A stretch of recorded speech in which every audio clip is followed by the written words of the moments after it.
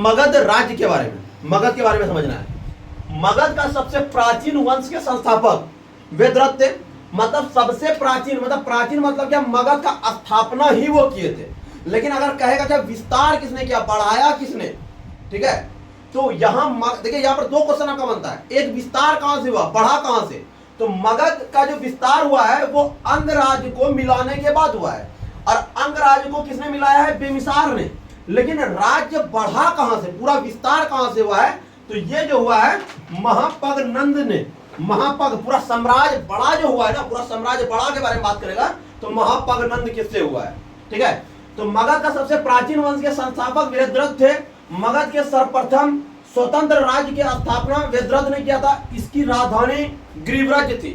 गिरिव्रज को ही राजगिरी कहा गया है, जो क्या ये बेमिसार ने कहा है। राजगिरी जो कहा गया है ये बेमिसार ने कहा है, और ऐसे जो है गिरिव्रज, गिरिव्रज को ही राजगिरी कहते हैं, राजगिरी को ही गिरिव्रज कहते हैं। जरासंध वेदरथ का पुत्र थे। बस इस पर इतना ही डिटेल याद रखना है। ऐतिहासिक प्रमाणों के अनुसार मगध महाजनपद पर कुल 7 राजवंशों ने शासन किया। कुल 7 राजवंश, मतलब 7 तरीका का था। कौन सा, हसीन मासुक 7, याद रखिएगा, हसीन मासुक 7। सबसे पहले हम लोग बात करेंगे हर्यक वंश के बारे में। हर्यक वंश के संस्थापक बेमिसार हैं। ये बेमिसार कौन है, इसको समझना है। ये गौतम बुद्ध के अनुयायी, मतलब शिष्य हैं बेमिसार। इन्होंने ही गौतम बुद्ध को जो है ना वेणुवन दान में दिए थे। और आपको ये भी क्वेश्चन कभी कभी आ जाता है एग्जाम में, कभी नहीं आता ही है, खास करके एसएससी सब में आता है। क्या इन्होंने किसे जो है गौतम बुद्ध की सेवा में लगाया था, कौन सा राजवैद्य को, तो जीवक को जो है ना इन्होंने सेवा में लगाया था। और ये पूरे राज्य को जो कहा जाता है ना पितृहंसज वंश कहा जाता है। क्यों, क्योंकि सब एक दूसरे का पिता का हत्या किया है। इस वंश को, अगर मगध को बोला जाएगा किसे जो है ना पितृहंसज वंश कहा जाता है, तो मगध को पितृहंसज वंश कहा जाता है। कारण यहां पर आप देखिएगा सेंटेंस में, तो सब एक दूसरे का जो है ना बेटा जो है वो पिता का हत्या करते गया है, ठीक है। तो बेमिसार ने जो है गौतम बुद्ध को जो है ना वेणुवन भी दान में दिया, और जो है अपने राजवैद्य जीवक को भी सेवा में लगाए थे। अजातशत्रु बेमिसार के जो है पुत्र हैं। इन्होंने ही जो है बेमिसार की हत्या कर दी है। इसका उपनाम कुनिक है। इनके उपनाम कुनिक हैं। किनके, तो अजातशत्रु के उपनाम क्या है, कुनिक हैं। अजातशत्रु के पुत्र का नाम उदयन है। उदयन या उदाइन, आप कुछ भी बोल सकते हैं, उदयन या उदाइन कुछ भी बोला जाता है। तो क्या कहा जा रहा है, अजातशत्रु के पुत्र का नाम उदयन या उदाइन है। इन्होंने ही जो है ना पाटलिपुत्र की स्थापना की थी। पाटलिपुत्र पटना, जो वर्तमान समय में आप पटना जान रहे हैं, अब पटना का ही प्राचीन नाम था कुसुनपुर। क्या नाम है, कुसुनपुर। तो उदयन ने ही जो है ना पाटलिपुत्र की स्थापना की है, जिसे आप वर्तमान समय में पटना के नाम से जानते हैं, बिहार की राजधानी है। उदयन का पुत्र नागदशक है, और हर्यक वंश का अंतिम शासक नागदशक है। हर्यक वंश का अंतिम शासक कौन है, नागदशक है। तो नागदशक के बारे में पहले जान जाइए कि ये इसके जो है ना सम्राट थे। मतलब क्या, सबसे पहले बेमिसार का पुत्र हो गया अजातशत्रु का पुत्र हो गया उदाइन या उदयन, और उसका पुत्र हो गया आपका नागदशक। अब नागदशक जो हो गए ना, तो नागदशक थोड़ा सा कमजोर राजा थे, थोड़ा सा डरपोक टाइप के थे, ठीक है। तो शिशुनाग वंश, अब यहां से शिशुनाग वंश की स्थापना हो गई। कैसे, तो शिशुनाग वंश क्या हो गया, नागदशक को अबदस्त करके, मतलब उसके पद से हटा के, थोड़ा डरपोक राजा था।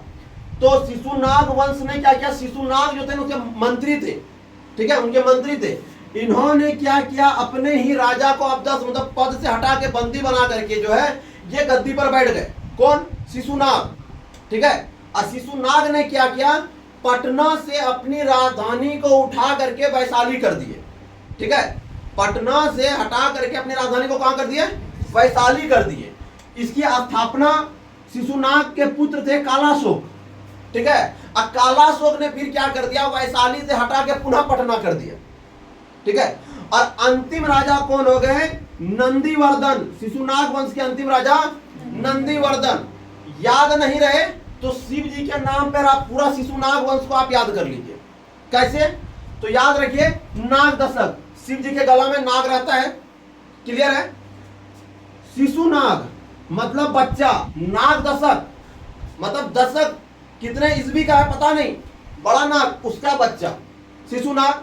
और नाग किस कलर का होता है? काला। काला। तो देख लीजिए, काला शोक, ठीक है। और शिव जी का वाहन क्या है? नंदी। नंदीवर्धन, देख लीजिए। तो शिशुनाग वंश को आप ऐसे भी याद कर सकते हैं। और यह जो था ना शिशुनाग, ये एक गैर क्षत्रिय राजा है। आपको पूछेगा गैर क्षत्रिय राजा इसमें से कौन है, तो शिशुनाग जो है गैर क्षत्रिय है। कारण शिशुनाग ने क्या किया, नाग दशक को, नाग दशक तो राजा था, ठीक है, वो तो हर्यक वंश को ही लेकर के आ रहा था, थोड़ा डरपोक था। इससे क्या किया शिशुनाग ने अवदस करके हटा दिया, क्योंकि ये तो मंत्री था, ये तो राजा था नहीं, उसका खानदानी पीढ़ी तो आ नहीं रहा था। तो शिशुनाग क्या हो गया, एक गैर क्षत्रिय राजा था, ठीक है। अब आ जाता है नंद वंश।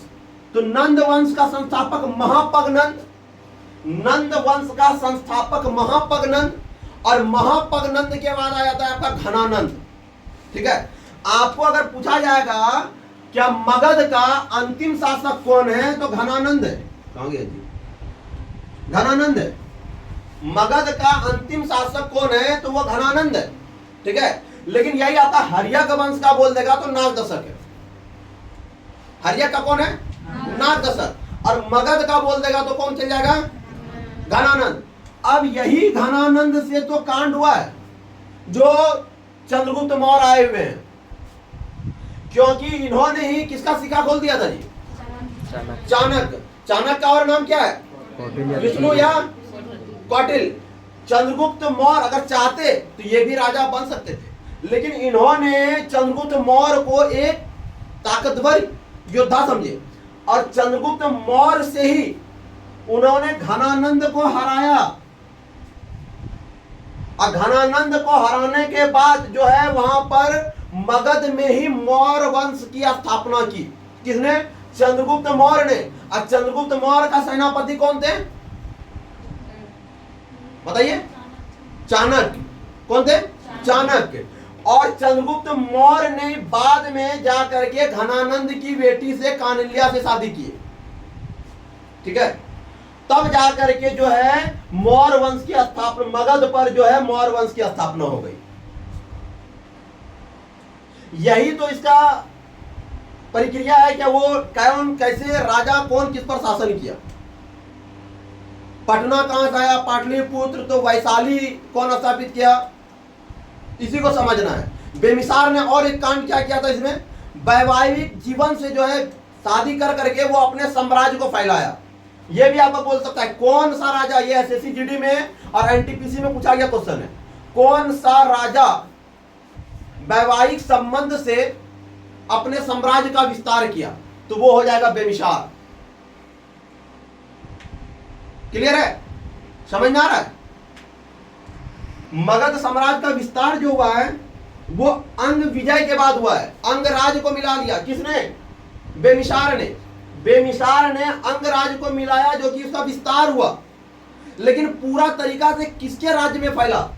तो महापगनंद के राज्य में सबसे अधिक विस्तार हुआ है। लेकिन विस्तार पूछेगा अंग विजय किसमें हुआ है, तो बेमिसार। लेकिन इसी साम्राज्य का जो अंत होते गया वो कलिंग विजय के बाद, ये कलिंग युद्ध अशोक का सबसे बड़ा युद्ध है। इसी युद्ध के बाद जो है ना अशोक ने हथियार चलाना छोड़ा है। इसी युद्ध के बाद गौतम बुद्ध के शिष्य बने हैं, अनुयायी बने हैं आपके कौन? अशोक। लेकिन अशोक पर एक क्वेश्चन और बनता है, ये जो है गौतम बुद्ध के समकालीन नहीं थे, उस समय के नहीं थे, ये गौतम बुद्ध के समकालीन नहीं थे। आपको पूछ देगा कि कौन सा राजा गौतम बुद्ध के समकालीन नहीं थे, तो अशोक जो है ना उनके समकालीन नहीं थे। याद रखिएगा इस चीज को। समझ में आ रहा है ना? चलिए ठीक।